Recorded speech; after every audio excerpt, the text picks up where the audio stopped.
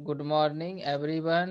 आज के इस वीडियो में हम लोग पढ़ेंगे रोटरी एयर कंप्रेसर के बारे में।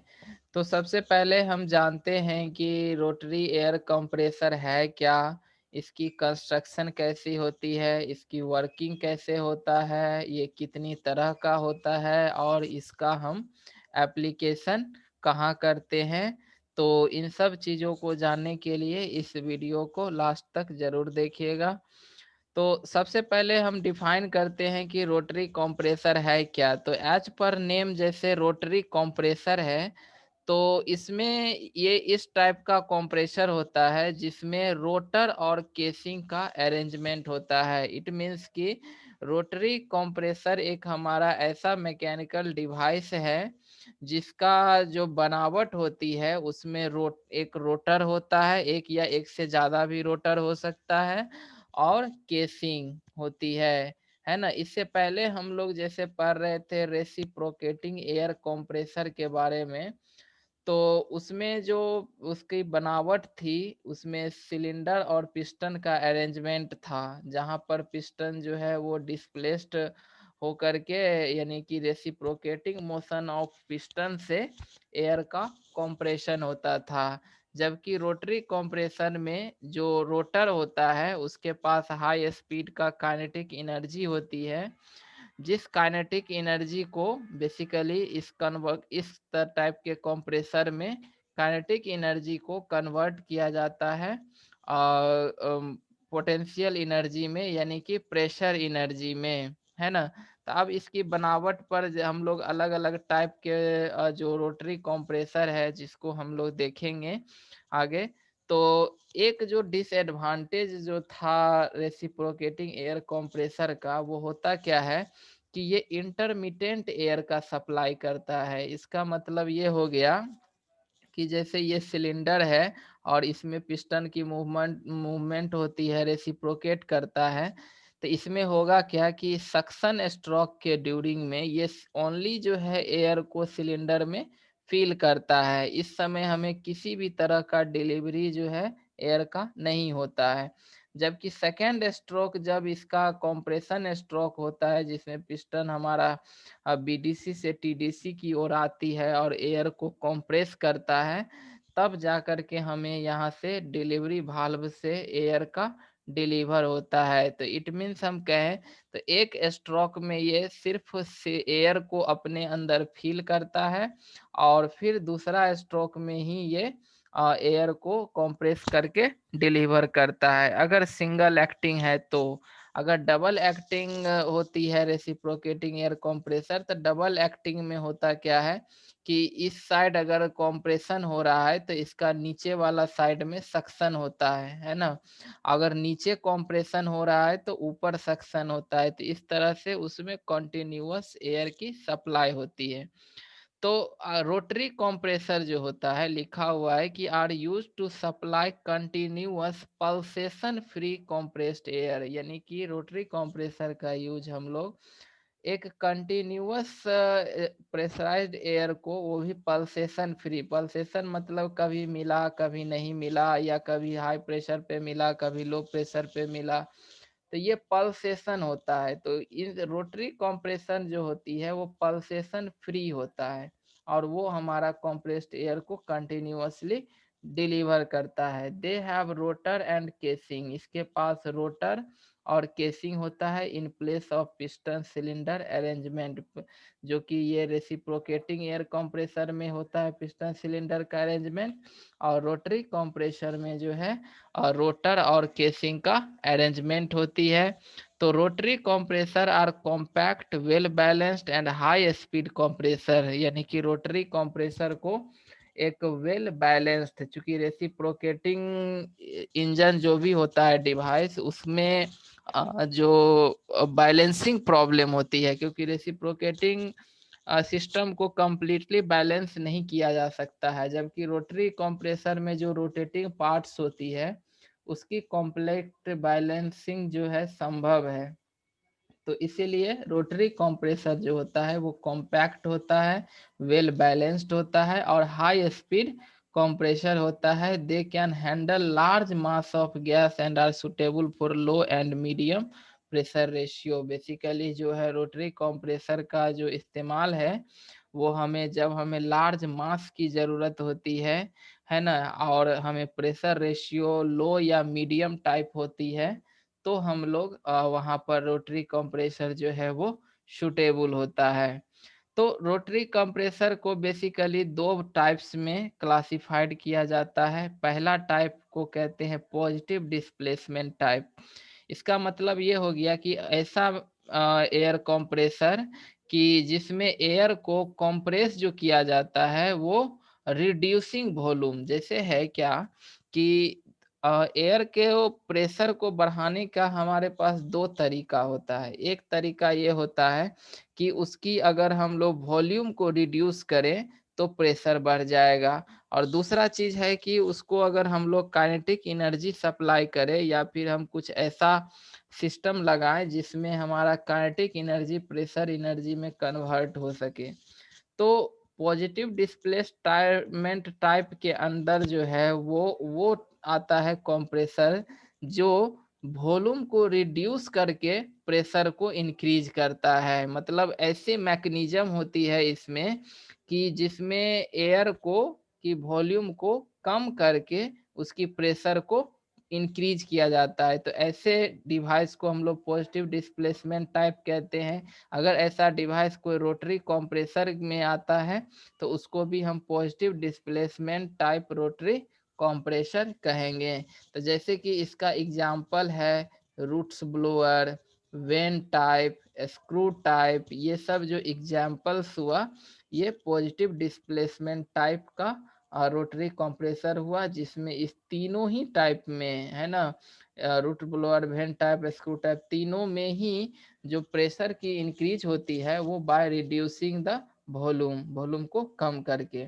दूसरा टाइप होता है एसटीडी फ्लो टाइप। तो एसटीडी फ्लो टाइप में क्या होती है कि in this type compression occurs by the transfer of kinetic energy from A rotor.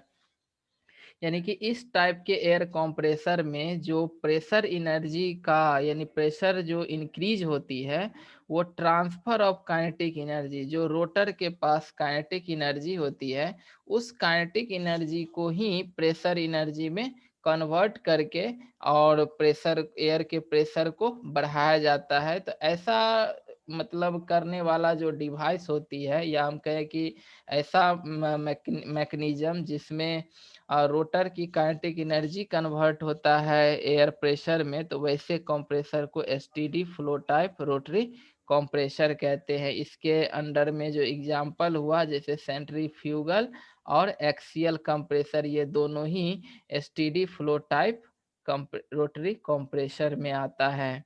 तो इसमें से सबसे पहले हम लोग पॉजिटिव डिस्प्लेसमेंट टाइप का जो एग्जांपल है रूट्स ब्लोअर, इसको हम लोग समझते हैं। तो कहता है कि in roots blower there are two lobes on each rotor, है ना, and their shape is of cycloidal और इनवॉल्यूट फॉर्म, है ना। इसको हम लोग बाय फिगर से समझते हैं यहाँ पर कि जो रोटरी का रूट्स ब्लोअर जो है ये फिगर रूट्स ब्लोअर का है जिसमें हमारा दो रोटर होता है ना। ये किसी किसी में दो भी होता है लोब्स जो है, और तीन भी होता है मोस्टली। तो मोस्टली इसमें जैसे फिगर में है कि ये हमारा दो लोब्स है, एक ये लोब्स हो गया और एक ये इसको हम दोनों को लोब्स कहते हैं। तो इस लोब्स में इसका जो शेप होता है बेसिकली या तो साइक्लोइडल टाइप होता है या फिर इनवॉल्यूट फोर टाइप में होती है। तो इसमें एक लोब्स जो होता है वो हमारा किसी ड्राइवर से जुड़ा हुआ रहता है। मतलब हो गया कि इसमें एक लोब्स को ड्राइवर कहते हैं और एक लोब्स जो है इसको ड्रिवेन कहते हैं। इसका मतलब ये हो गया कि जैसे ये कंप्रेसर है, तो कंप्रेसर है तो ये हमारा वर्क कंज्यूम करने वाला है, इसमें हमें वर्क एनर्जी जो है वो सप्लाई करना पड़ता है। तो हम जो है सो एक लोब्स में क्या करते हैं, मैकेनिकल एनर्जी की सप्लाई करते हैं थ्रू या तो इलेक्ट्रिक मोटर से या फिर आईसी इंजन से। हम एक लोब्स को क्या करते हैं, रोटेट करते हैं। तो अगर ये लोब्स क्या होगा, रोटेट करेगा, मान लेते हैं कि अगर ये क्लॉकवाइज घूमेगा तो ये इसको भी क्या करेगा, घुमाएगा, तो ये एंटी क्लॉकवाइज घूमेगा, है ना। मतलब हो गया कि ये एक ड्रिवेन हो गया और एक हमारा ड्राइवर हो गया, ठीक है। तो अब है कि ये काम कैसे करता है, तो हम यहाँ से आते हैं कि ये जो हमारा पार्ट है ये इनलेट है, यहाँ से एयर, अभी ये स्पेस जो है ये खाली है, तो स्वाभाविक है कि जो स्पेस खाली होता है उसमें एयर जो है वो भरा हुआ रहता है। इसके बाद इसकी बनावट ऐसे होती है कि ये जो हमारा दो लोब्स के बीच का कांटेक्ट है, इस कांटेक्ट में बहुत ही स्मॉल क्लियरेंस होता है, मतलब बहुत वेरी स्मॉल गैप होती है जिसके बीच जो है लुब्रिकेंट भरा हुआ रहता है, जो किसी भी तरह के एयर लीकेज को बंद करता है। सिमिलरली लोब्स और ये जो हमारा केसिंग है, ये हमारा केसिंग है, तो केसिंग और लोब्स के बीच में भी वेरी स्मॉल क्लियरेंस होता है। ये क्लियरेंस इसलिए होता है क्योंकि यहाँ पर लोब्स जो है लोब्स जो है ये रोटेटिंग पार्ट है, जबकि केसिंग हमारा जो है स्टैटिक पार्ट है। तो अगर ये क्लियरेंस नहीं रहेगा तो लोब्स जो है वो बहुत जल्दी घिस जाएगा, वियर कर जाएगा। तो इसीलिए क्लियरेंस होता है, बट वेरी स्मॉल क्लियरेंस होती है, और उस स्मॉल क्लियरेंस को भी with the help of lubricant से ये जो गैप होता है उसको क्लोज कर दिया जाता है, ताकि जो इधर का एयर है वो इधर इधर ना आए, चाहे इधर का एयर वो इससे इधर पास न करे। कब यानी हम ऐसे बोले तो यहाँ पर कंप्लीटली सील हो जाता है। तो अब इसका वर्किंग क्या है कि जैसे अभी यहाँ पर क्या है कि पूरा एयर जो है यहाँ से भरा हुआ है, ठीक है। तो ये जब क्या होगा कि ये जो लोब्स है ये घूमते घूमते जब यहाँ तक आएगा तो ये अपने साथ एयर को कैरी करते हुए जाएगा, और फिर जब ये एयर को यहाँ से ये लोब्स जो है, अब फिर ये मान लेते हैं कि जैसे ये हमारा इस पोजीशन में आ गया, है ना, ये पोजीशन में ये लोब्स आ गया, तो तब तक जो है सो ये लोब्स जो है इस पोजीशन में चला जाता है, ये ऐसे आ जाता है। तो ये जो एयर था वो एयर अब हमारा इस एरिया में आ चुका है, ठीक है। और इस एरिया में आ गया तो ये लोब जो है जैसे ही इस केसिंग को टच करेगा, यहाँ से ये लोब जैसे ही ये केसिंग को टच किया तो इधर का एयर जो है वो इधर आना बंद हो गया, है ना। तो ये क्या होगा कि चूंकि ये अगर हमारा क्लॉकवाइज अगर हम मान लेते हैं कि ये लोब्स इधर घूम रहा है ना, तो ये क्या है, एंटी क्लॉकवाइज। तो ये लोब्स कैसे घूमेगा, क्लॉकवाइज घूमेगा। तो मतलब है कि ये लोब्स जो है इस वॉल्यूम के एयर को कैरी करते हुए इधर आ रहा है, और ये लोब्स जो है ये घूमते घूमते इस वॉल्यूम का जो एयर है यहाँ पर इसको ये इधर ला रहा है ना। तो इसमें क्या होगा कि ये पूरा वॉल्यूम का एयर और ये पूरा वॉल्यूम का एयर जो है दोनों आकर के यहाँ पर डिलीवर पॉइंट पे आकर के दोनों यहाँ पर मिक्स होता है, जिस कारण से यहाँ पर क्या होती है कि अमाउंट तो यहाँ पर ज्यादा है, तो वॉल्यूम जो है यहाँ आके घट जाती है ना। पहले इतना वॉल्यूम है और इतना वॉल्यूम है, दोनों अलग अलग में है, लेकिन ये जब ये दोनों कंबाइंडली जो है ये डिलीवर पॉइंट पर यानी कि इस पॉइंट पे पहुंचता है, तो यहाँ पर इस दोनों वॉल्यूम के बदले जो है सो मात्र एक वॉल्यूम ही इतना रह जाता है। तो इतना अमाउंट का एयर जो है वो इस शॉर्ट वॉल्यूम में आके जमा हो जाती है।